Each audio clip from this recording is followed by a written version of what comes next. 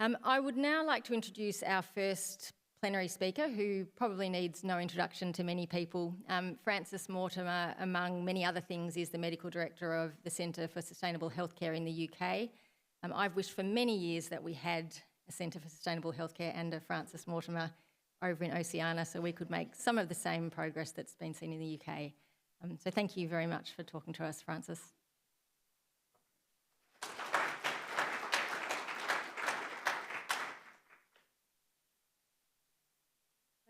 Thank you very much. I'm really privileged to be invited to, I think, present the problem statement for this conference. What do we understand about the environmental impact of dialysis care? I am acutely aware that I am speaking to a group of experts, and I am going to be presenting the findings of work of many, many good people in this room. So thank you to all of you for the work that you've done, which will be the foundation of the work that we're able to take forward. So,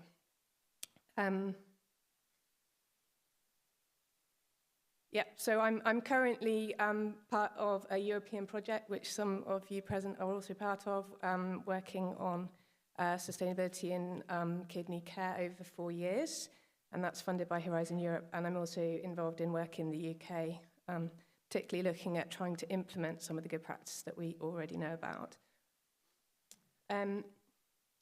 So the context, as Katherine has already alluded to, is that there is increasing prevalence of kidney disease worldwide, and that there's increasing dialysis provision, but there's still a huge unmet need, particularly in lower income countries, and there is a sort of an inequity, but also increasing access to kidney replacement therapy in those countries. But the other context is our planet, which is in crisis. Its self-regulatory systems are being compromised, and we need to act urgently. So what do we know about the greenhouse gas emissions associated with different dialysis modalities? Most of my talk and most of the evidence available is around the climate. Now, on the previous slide, you can see that climate is just one of many areas in Earth systems that is affected, but it is a useful indicator to look at the impact on climate, because a lot of the other impacts do correlate with it, but also we need to do more, and we need more evidence on some of the others. But there have been 6 studies on the carbon footprint of hemodialysis in centre setting, and they've standardised at 3 4-hourly sessions a week. And they've estimated a carbon footprint of 3.8 to 10.3 tonnes of carbon dioxide equivalents per year per patient. And what does that mean? That's equivalent to driving 22 to 62,000 kilometres in an average UK car. But another way to look at it is the global average total annual emissions of a person in the world is around 4.7 tonnes of carbon dioxide. So that's actually very similar to some of the carbon footprint estimates we have for dialysis. So it's like having another whole person in the world. Or doubling the carbon footprint of the person who's receiving dialysis. So what makes up these greenhouse gas emissions? So I've taken a pie chart from just one of the studies. They generally will have the same categories. But when you break down the carbon footprint, it is made up of procurement of medical equipment and pharmaceuticals. And then, actually, I might be able to use no, I won't worry about that. It's also the energy. So obviously dialysis uses a lot of single-use equipment, plastic consumables, concentrates. There are pharmaceuticals used, and the pharmaceutical sector is known to have very high carbon footprint. but we don't always have the information on we generally don't have information on the manufacture of individual pharmaceuticals to be able to do a really accurate carbon footprint. So where pharmaceuticals are included, they tended to be estimated based on the financial cost, which is an imprecise method. But then on the other hand, if you leave them out, then that's quite a large proportion of the carbon footprint that you're not accounting for. So other than that, it's the energy used in the buildings and to run the machinery, the dialysis machine and the water purification systems. And then the travel, patients traveling to the centre, staff traveling. The use of water. Water is underrepresented in a carbon footprint study because the actual carbon footprint of processing that water is relatively low compared to the wider environmental impact. And waste. And I think when we present to healthcare staff in the course of our work, people are very often surprised that waste disposal is a small proportion of the overall carbon footprint, and that's because a lot of the emissions have already occurred in the production and distribution of the products before they then get disposed of. So why is there such variation in the different carbon footprints? And some of that variation is due to the study design, so the scope, what's been included and what's been excluded. And one of the big ones, as mentioned before, is whether or not you include pharmaceuticals. And then there's all sorts of decisions to be made in each study as to what other aspects of care or provision running the services you've included or excluded. So that does account for some of the differences. But many of the differences are also real differences between the provision of hemodialysis in different circumstances. So if the patient travel distances are longer, then that component of the carbon footprint will be greater. But also the energy mix in different countries and in some places even in different regions will affect the carbon intensity of the energy component of the carbon footprint. And in the two studies just compared on the previous slide, the electricity carbon emissions factor was more than double that in Australia than it was as compared with that used in the UK. So it's down to how much coal is used in energy generation and so forth. And then the other thing is differences in resource use within the units. And so this study in Ohio actually compared 14 or 15 different facilities, all run by the same provider, and showed real differences. They measured the actual energy use, they weren't estimating it. And you can see that the coefficient of variation is along the bottom. So the further towards the right-hand side of this graph, the greater the variation was between those 15 different units.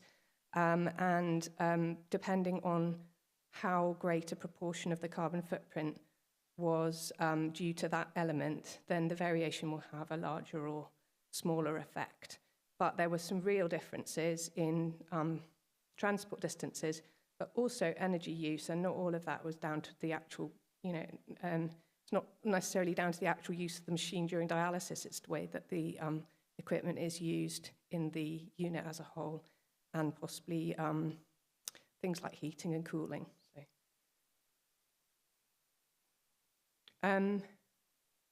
What about the carbon footprint of home hemodialysis?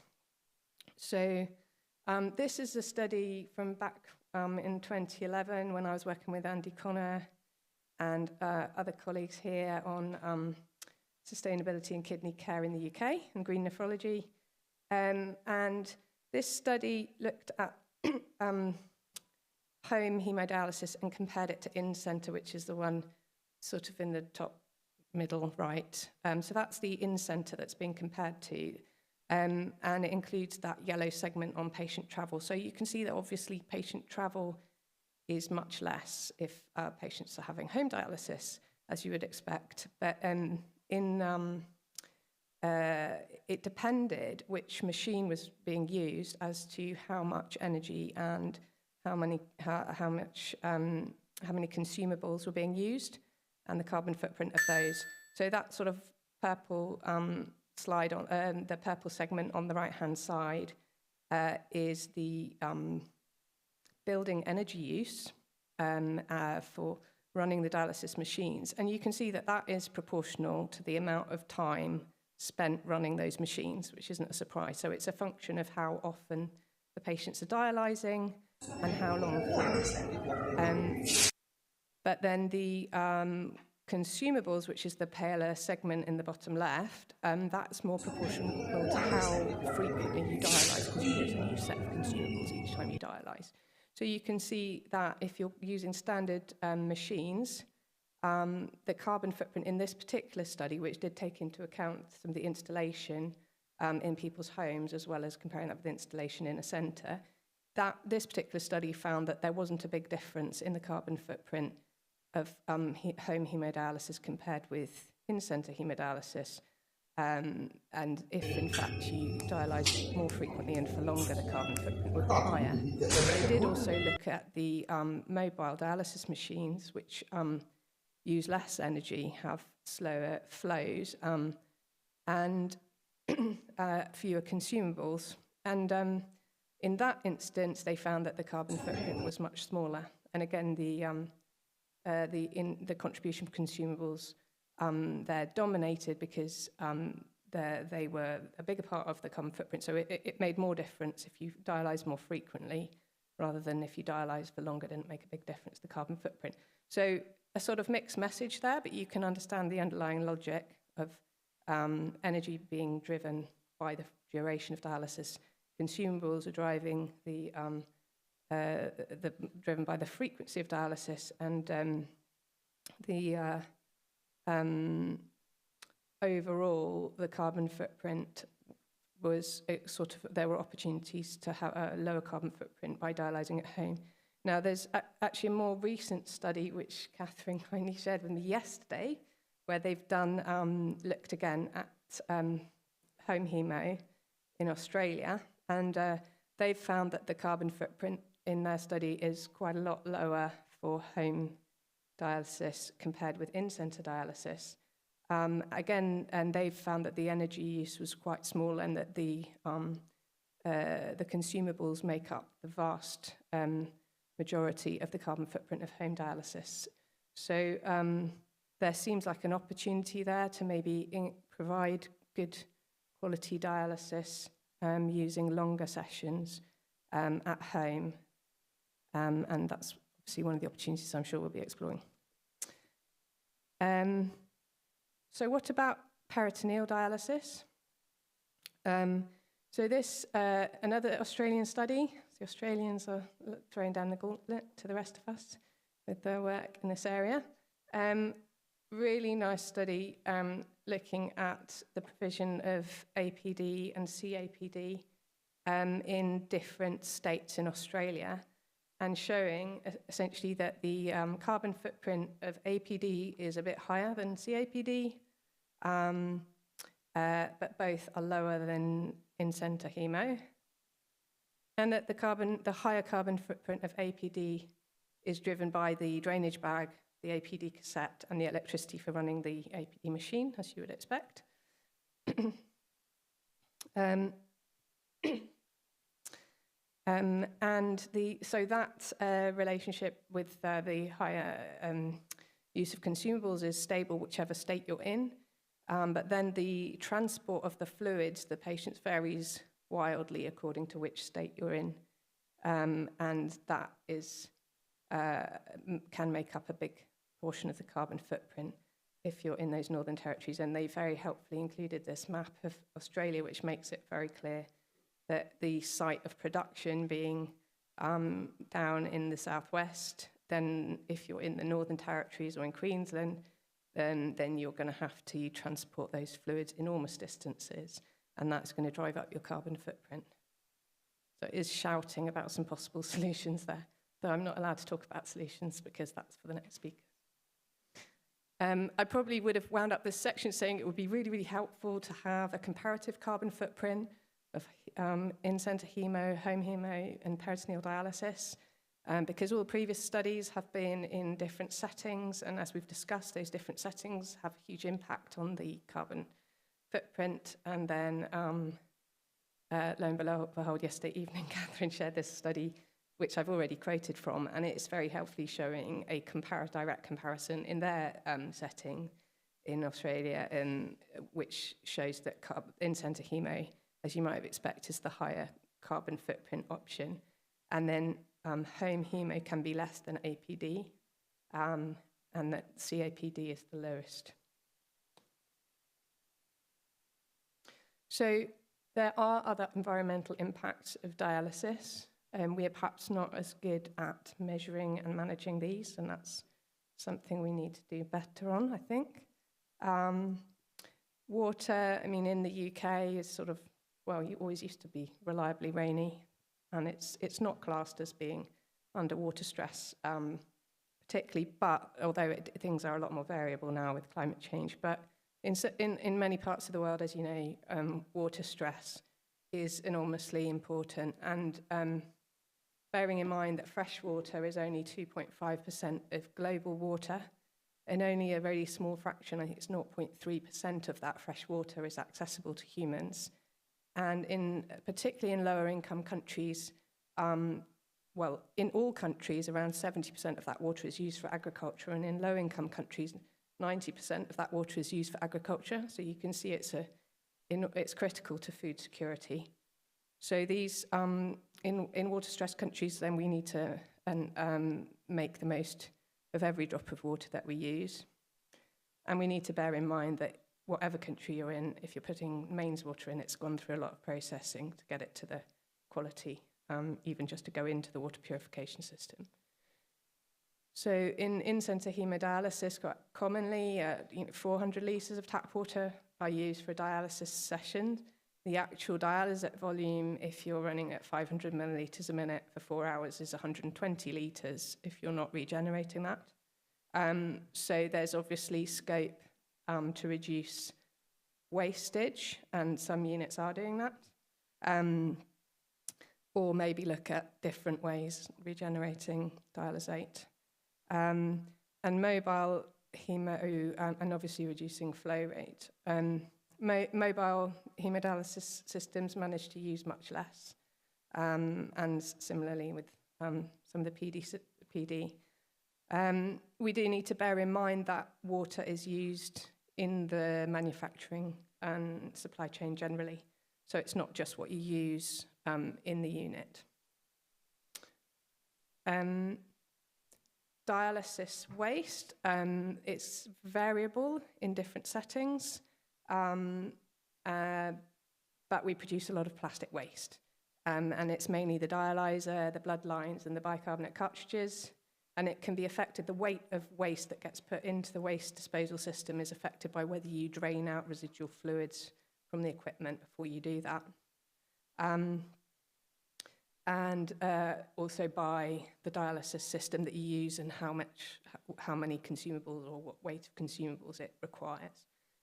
So the mobile system, the next stage one, has a larger sort of pre-assembled set of consumables. So the waste is produced, it's then collected, and it may or may not be processed to make it to make hazardous waste non-hazardous, which opens up different disposal routes. It's transported, and then currently hazardous waste is incinerated. That obviously has a carbon impact because you're burning fossil fuel products, but it also produces pollution, including dioxins from the incineration of PVC, which are carcinogenic. And then non-hazardous waste is generally disposed of by landfill or recycling, although sometimes it is also incinerated. But the recycling is really limited currently by the mixed materials that are used. So things are bonded together, different materials. It makes it very difficult to recycle.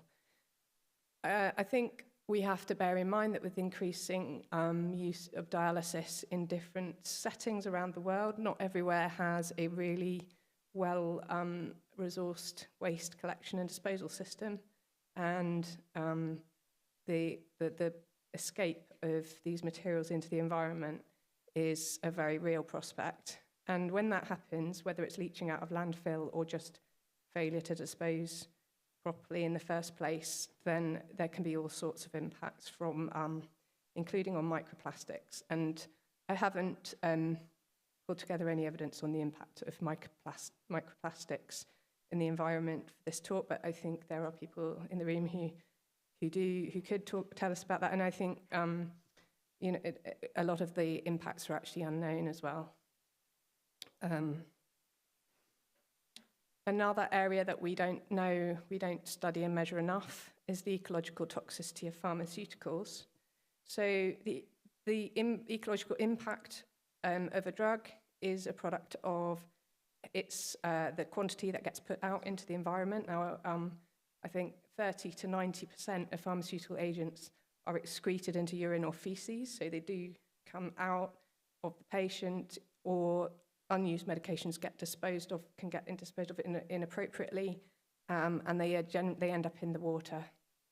And then, depending on whether you have, what waste treatment plants you have, you get a variable amount of those pharmaceutical agents entering the environment. And then what happens is some of them are persistent in the environment or break down into toxic products that are persistent in the environment. And their persistence and their mobility within the environment is another important factor. And then bioaccumulation, so building up in the fat of organisms, and then the toxicological potency. And we do know that it's not surprising that drugs have a toxic effect, because they're obviously designed to be biologically active at low concentrations. And we know, for example, that beta blockers have been shown to be toxic to algae and water fleas in tests. Prednisolone has been shown to have developmental effects on fish. Antibiotics obviously act on the environment and also increasing antimicrobial resistance. So we actually do have data available, and I know that the European Medicines Agency requires environmental risk assessment on new medicines, and I think there's probably more data available on this, and we could be more proactive about getting that data and using it. I wasn't easily able to find it for new drugs when I was looking it up, so I think we need a bit more work on that. So we need to act, and that the planet is in crisis, and we need to address the inequity and growing demand in dialysis. I don't think I've ever quoted the Pope before, but it seemed a good time, and he did make some good points, and he said, we have no future if we destroy the very environment that sustains us, and we have to hear both the cry of the earth and the cry of the poor. There are significant opportunities for improvement. Up until now, dialysis systems have not been designed with the environment in mind, and dialysis facilities have not been run with the environment in mind. So there's lots and lots that we can do. I think some of the top targets would be improving the water purification processes that we use, because they use a lot of energy as well as wasting water in many instances, reducing transport distances, particularly for fluids, redesign and reuse of consumables, and of course renewable energy generation and efficient buildings. So I'm going to hand over to the next speakers. Well, I think after we're going to look a bit more at the social impact, and then later on there's going to be obviously lots of insights into how we could make some of these changes. Thank you. Thank you.